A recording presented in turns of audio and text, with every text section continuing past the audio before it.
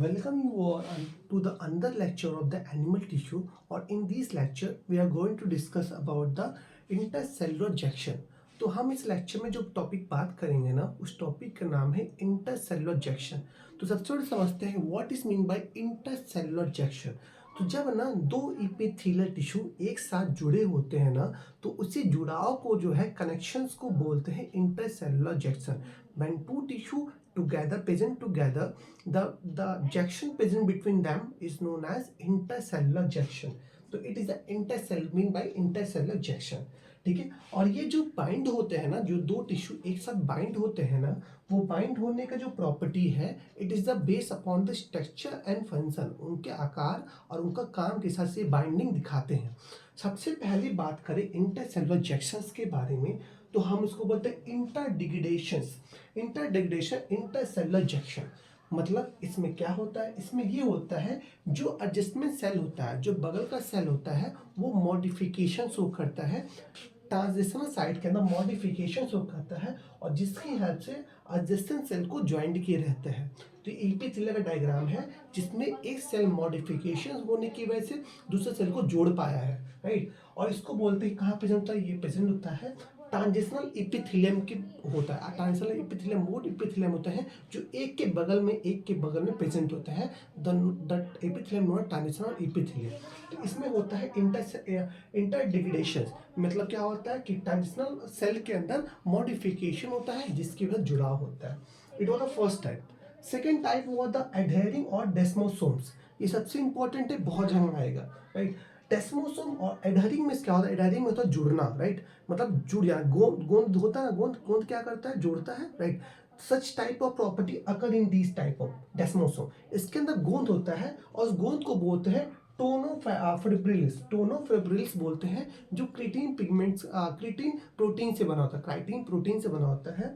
तो ये क्या करता है, ये दो मेम्ब्रेन्स को, ये एक मेम्ब्रेन है, it is a one membrane, it is a membrane of one cell और it is a membrane of other cell, right. और ये दोनों जो एक साथ जुड़े हुए होते हैं ना, कैसे जुड़े होते हैं ये आपके, ये जुड़े होते हैं प्रोटीन से। जो प्रोटीन क्या बोलते हैं, टोनोफिब्रिल्स प्रोटीन बोलते हैं, राइट। और एक बना के होता है क्राइटीन से बना होता है। तो एक तरह गम का काम करता है, टोनोफिब्रिल्स प्रोटीन जो है ना, गम का काम करता है। और इस टाइप के जंक्शंस को बोलते हैं इंटर आपका एडहेरिंग या डेस्मोसोम इंटरसेलुलर जंक्शन।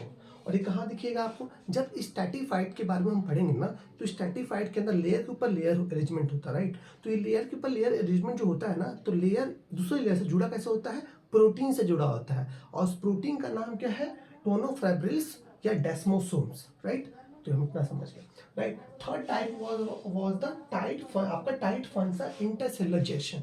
इस टाइट फंक्शन इंटरसेलुलर जंक्शन में होता क्या है, ये जो टिश्यू होता है इस टाइप के, वो लीक प्रूफ होते हैं। मतलब ये बहुत आसानी से ना कोई चीज़ को पास नहीं करेंगे, राइट।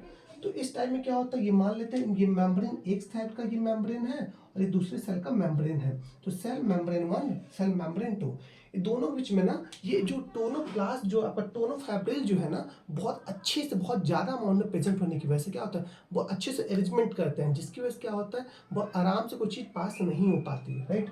तो इस टाइप को बोलते हैं लीक प्रूफ या टाइट फंक्शन। आपका टाइट आपका इंटरसेलुलर जंक्शन से बोलते हैं। और ये क्या होता है, ये मेम्ब्रेन आपस में फ्यूज होते हैं, ठीक है। और इसके अंदर जो आपका गम होगा ना, गम इसमें होगा डेस्मोसोम, ये गम होगा टोनोफिब्रिल्स गम्स होगा, ठीक है।